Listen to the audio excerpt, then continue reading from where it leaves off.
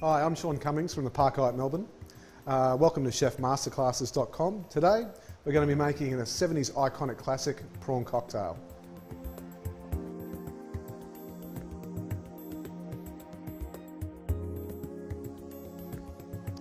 The secret to any seafood dish is having fantastic seafood. So the key for us are prawns. They're widely available. They generally come frozen.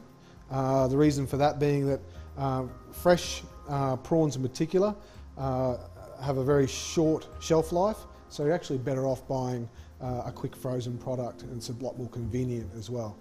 So the first step that we're going to hook into is cooking these, and that is the key to the success of this dish. What we've got here is it's tap water, quite a good amount of salt, so about a teaspoon of salt, and I've just whacked in half a lemon, and the lemon, the acidity, should just be a faint hint of it when you're eating the prawns, which is really nice. So it's really important to make sure that the water is vigorously boiling. Once it's hit that point, it's time for the prawns to go in. Make sure that you've got plenty of water in there, don't skimp. It's like cooking pasta, lots and lots of water so the prawns can circulate.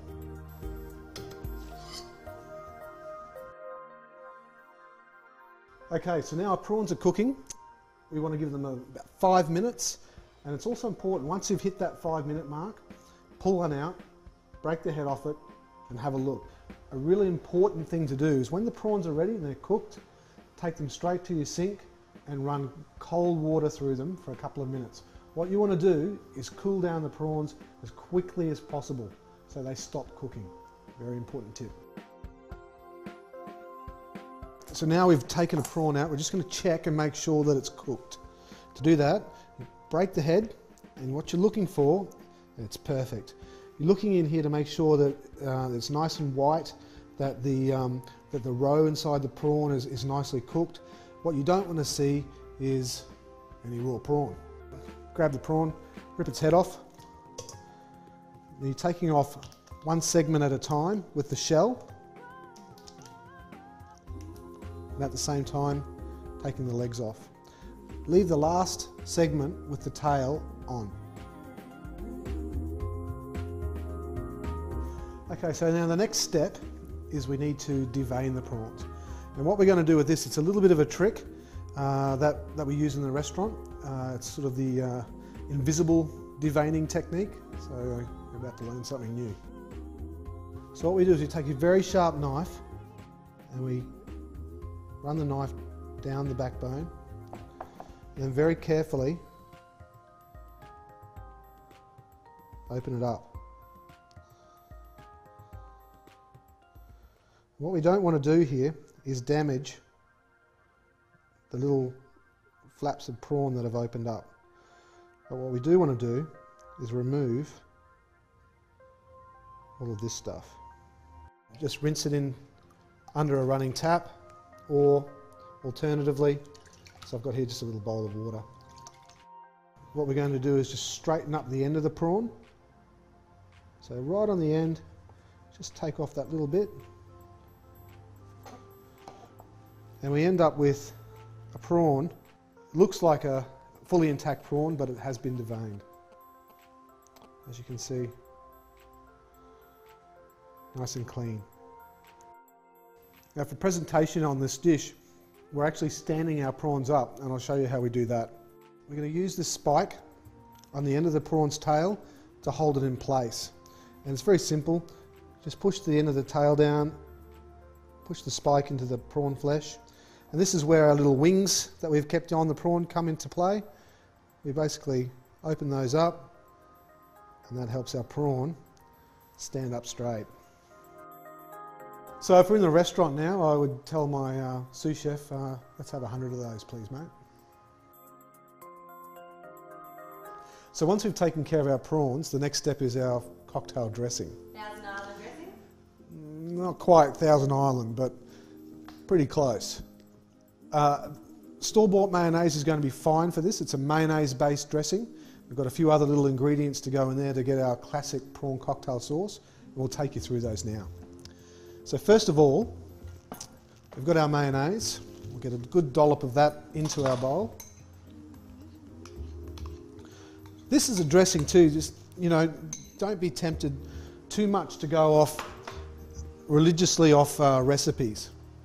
It's it can be it's a taste thing, you know. If you want a little bit more ketchup, which I've just added now, put a bit more ketchup in. If you like it a little bit more kick with brandy, which is what we'll put in now, put a little bit more in, you know. But one tip is always add less than more, because you can always add more, but you can't take it out. A little bit of spice with the Tabasco, and lastly adding a few drops of Worcestershire sauce. The all-important seasoning, a little bit of salt, a little bit of pepper, and a quick whisk up. It's really, really quite simple. It's easy, but it's the key to getting the prawn cocktail right. That's about the colour I like, that's the consistency. Not too runny, not too thick. What we've done here is we've just diced up some potato. We've cooked that off until it's just tender. Each cube is exactly the same size, holding its shape. Cool those down. Similarly, we've taken a tomato, we've scored the top and the bottom of it, blanched it in boiling water for about 10 seconds, skinned it, de-seeded it, and then basically diced it up.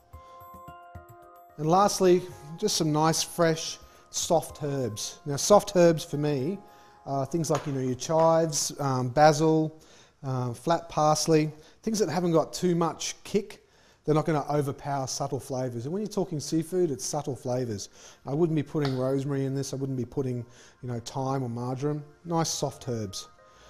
And once again, we're just going to chop them up nice and finely. Because they're nice and fresh and they're not too overpowering, you can put plenty in. The onion flavour in the chives adds a nice element to the salad, and the parsley with its freshness, it cuts through quite a lot of the fat in the dressing. Our prawns are prepared. The last thing we've got to do is just to add a little bit more of a luxuriant feel to the salad. We're going to take one of these prawns, chop it up, and put it through the salad as well. So we've just cleaned it, deveined it, and it's just a matter of running the knife through the prawn, chopping it up into similar sized pieces to the potato that we did before.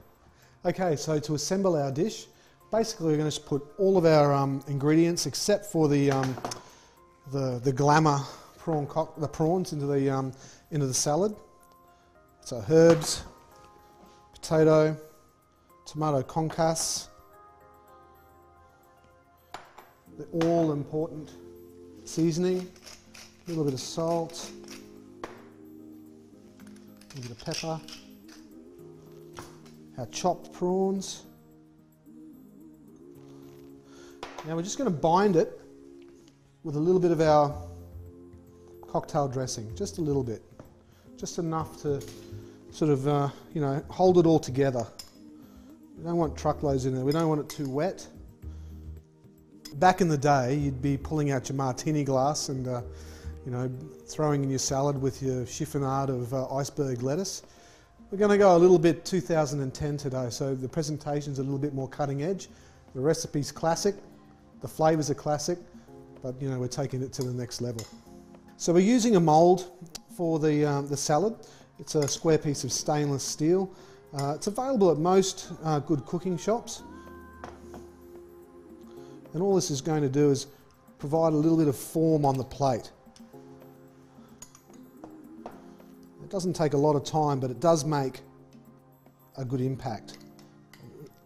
A good tip here that I've given my chefs is that, you know, make sure that you really pack it in there, because if you don't, once you take the mould away, everything will fall apart. Little spatula, egg flip, whatever you want to call it, straight underneath, onto the plate. Spoon to help ease the mould off.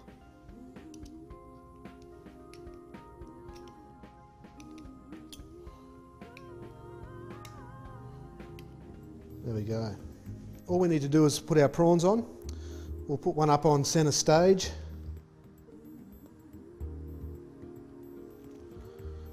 A couple of little followers.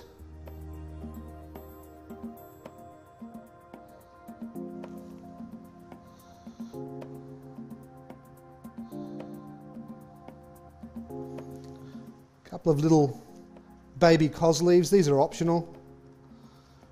Adds a nice little crunch.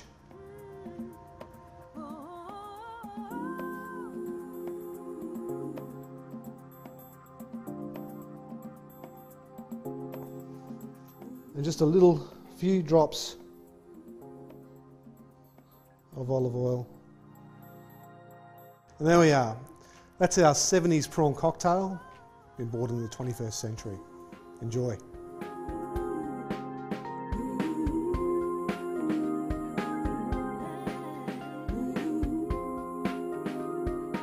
Hi Stu, how are you? I'm very well, Nerida, thank you. Thanks for coming along to tell me about some wine today. My pleasure. Now, we have just watched Sean make his amazing Sean cocktail, as I like to call it, the prawn cocktail. Looks fabulous. Yeah. And the reason it's not here is because we've obviously polished it off because it was so yummy. Very quickly too, Yeah. yes. But I want to know, when I make this at home and wow all of my dinner party guests for an entree, it's not a huge dish, so the wine will linger a lot longer than Sean's prawn cocktail. It will. So what's a good wine to match with it? A rosé. Okay. Absolutely perfect. If you're going to have the prawn cocktail during the middle of summer, which is, you know, fresh, bright, and, you know, flavour-filled, you want a fresh, bright, flavour-filled wine. And the perfect match is a rosé. Rosé can be made from several different grape varieties, the main ones being Cabernet Sauvignon and Grenache. And this is a Grenache rosé from Krondorf in the Barossa Valley. It's called the Krondorf Growers Barossa Valley Grenache Rosé. Grown, by the way, by two friends of mine, Randolph and Anita Bowen, who are major growers on the valley floor in the Barossa. But it is a beautiful, delicate pink colour. Shall we have a look at it? Yeah. It is so, so pretty, isn't it? It's absolutely beautiful, delicate pink colour, which is exactly what it should be.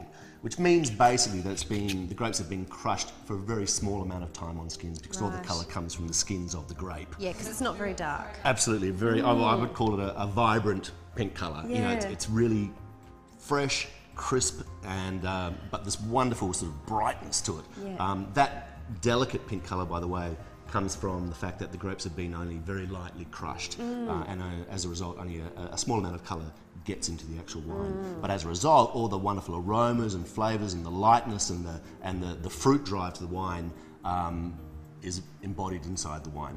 But it's a wonderful match with prawns and the prawn cocktail. And, you know, slightly lower in alcohol as well, so you can actually drink it, you know, responsibly. And would you have it really, really super chilled? I'd have it lightly chilled, not super chilled at all, because when you actually super chill a wine, it actually takes it some time out of the fridge to actually bounce back to life and get its flavour compounds jumping out of the glass. But, you know, 15 minutes in the fridge just to give it a bit of crispness to it, and that would do absolutely fine. But it should balance. It's got the same sort of power of flavour as the prawn dish will have, and as a result, wonderful match. Excellent. So let me taste it. Have a try.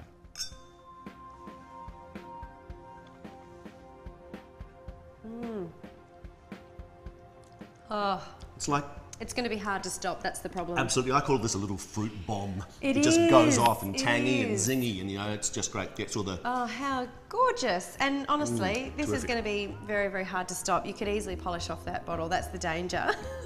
At my party lunch. yes, all things in moderation. Yeah, exactly. But a great match with the Oh, prawn how cocktail. Wonderful. Thank you for telling us pleasure. about that. See you again. Thanks.